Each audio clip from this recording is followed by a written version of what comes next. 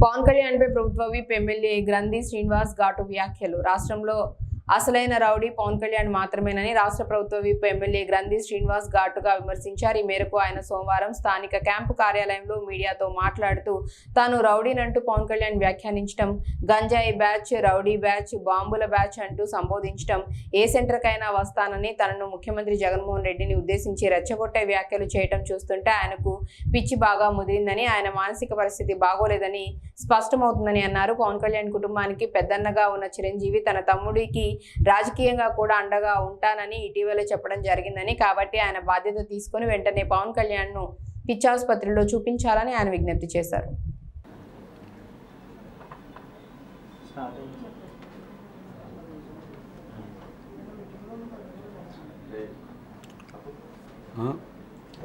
అందరికీ నమస్కారం. ముఖ్యంగా జనసేన పార్టీ అధ్యక్షుడు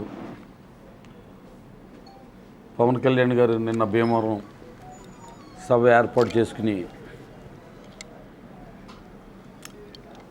ప్రజలను ఉద్దేశించిన మాట్లాడుతూ ఆయన మాట్లాడిన విధానం కానీ అది కానీ చూస్తూ ఉంటే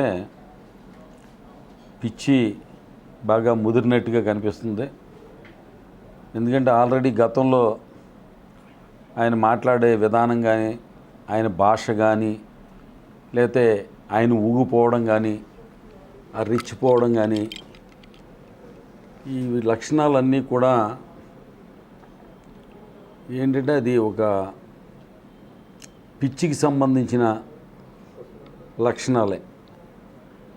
చూస్తూ ఉంటాం, ఎవరైనా ఆ రకంగా బయట ఎవరన్నా మాట్లాడుతుంటే వీటికి ఏమన్నా పిచ్చెక్కింది ఏంట్రా అని అనుకుంటాం.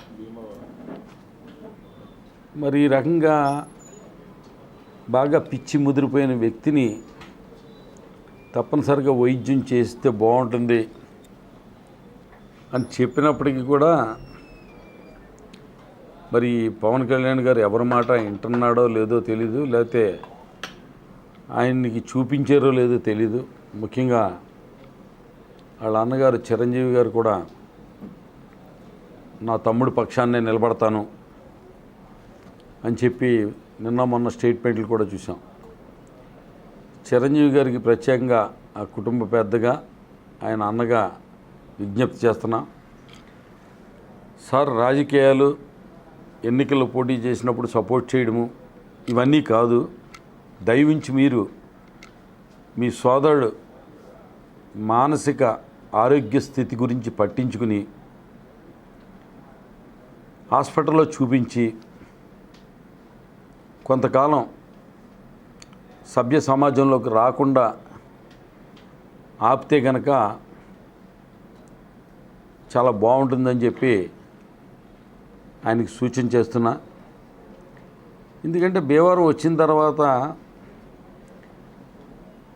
ఆయన మాట్లాడిన భాష జగన్మోహన్ రెడ్డి గారి గురించి, ముఖ్యమంత్రి గారి గురించి, బ్లేడ్ బ్యాచ్ అని లేదా కడప బాంబులని, మీరు రండి దమ్ముంటే ఏ సెంటర్ ఇస్తావో సెంటర్కి నేను ఒక్కడనే వస్తాను సింగిల్గా అని నాకు సవాల్ చేయడం, నన్ను ఒక రౌడీగా పోల్చడం, ఇవన్నీ చాలా విచిత్రమైన ఆయన మానసిక స్థితిని తెలియజేస్తున్నాయి. ఎందుకంటే మేమంతా బాగానే ఉన్నాం మామూలుగా, ఆయన వచ్చి కడప నుంచి బాంబులు తెచ్చుకుంటావా, నీ బ్లేడ్ బ్యాచ్ని తెచ్చుకుంటావా, ఏ సెంటర్ ఇస్తావో, ఏ సెంటర్కి రమ్మంటావు, అలాగే జగన్మోహన్ రెడ్డి గారు రౌడీ నేను రౌడీ అన్నట్టుగా మాట్లాడుతుంటే అసలు ఇక్కడ ఈ భాషను బట్టి చూస్తుంటే ప్రజలకి స్పష్టంగా అర్థమవుతుంది రౌడీ బ్యాచ్, రౌడీ ఎవరు అన్నది. రౌడీ భాష మాట్లాడుతుంది ఎవరు? పవన్ కళ్యాణ్ గారు. దమ్ముంటే ఏ సెంటర్ ఇస్తావో ఆ సెంటర్కి వస్తానంటున్నాడు. ఏంటి ఇది చిన్నపిల్లలు మాట్లాడుకునేటట్టు మనం చూస్తూ ఉంటాం పట్టణాల్లో. ఇది కూడా ఇప్పుడు కాదు, పూర్వం సెంటర్లు ఇచ్చుకునేవారు. అలాగే ఆ స్థాయికి దిగజారిపోయి ఒక ఆకు రౌడీలాగా మాట్లాడుతూ ఎదటి వాళ్ళని రౌడీలని మాట్లాడతాం, బ్లేడ్ బ్యాచీలు అంటాం, గంజాయి బ్యాచీలు అంటాం. ఇవన్నీ చూస్తుంటే నిజంగా చాలా విచారం కలుగుతుంది. అదే సమయంలో భయం కూడా కలుగుతుంది. అంటే మనిషికి ఏదన్నా పిచ్చి పడితే దానివల్ల ఆ కుటుంబ సభ్యులు చుట్టుపక్కల ఉన్న వాళ్ళకి కొద్దిగా ఏమన్నా చిన్న ఇబ్బందే ఉంటుంది. కానీ కుక్కకి పిచ్చి పడితే అది కరిసిందనుకో మళ్ళీ బొడ్డు చుట్టూ ఇంజక్షన్లు చేయించుకోవాలి, పచ్చిం చేయాలి.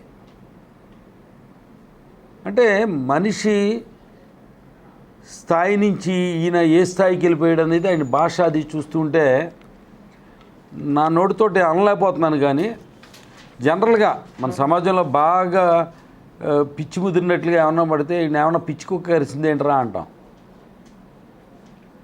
లేదా పిచ్చి కుక్కలాగా మాట్లాడుతున్నా మీదడిపోతున్నాడు ఏంట్రా అంటాం.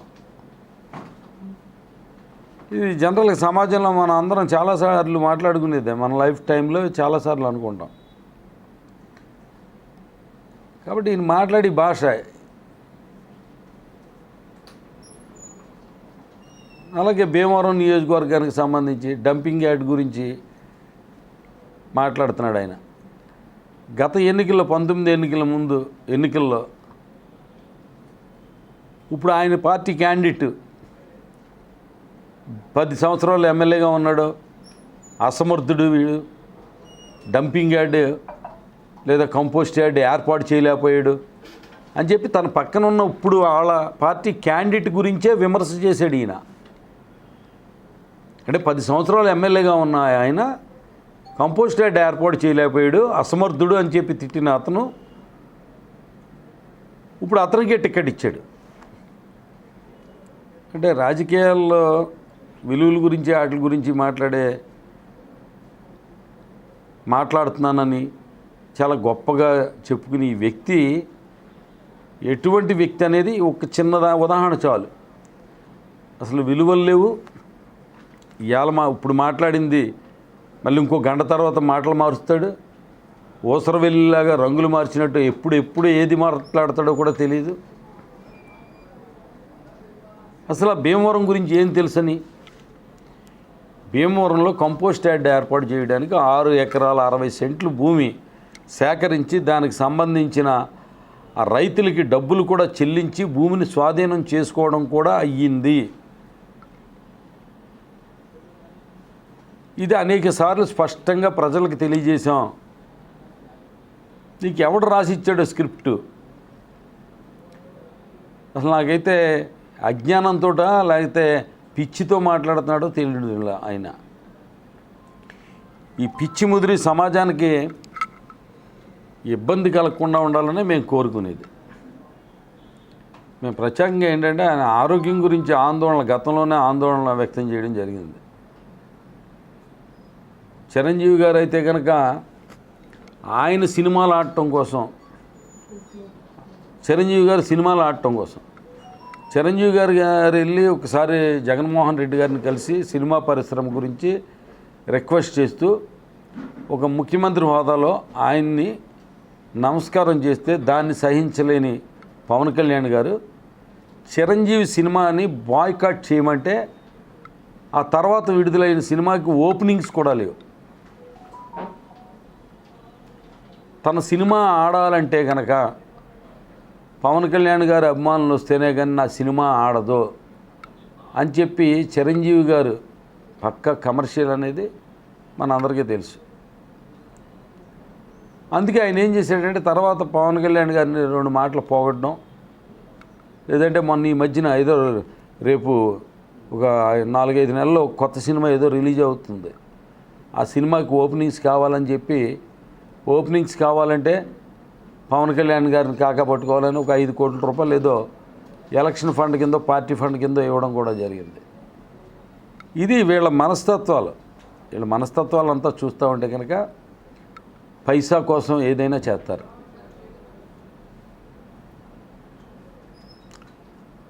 ప్రజారాజ్యం పార్టీ పెట్టి 18 సీట్లు గెలిచిన తర్వాత ఆ పార్టీని కాంగ్రెస్ పార్టీకి అమ్మేశారు, దాన్ని కలిపేశారు.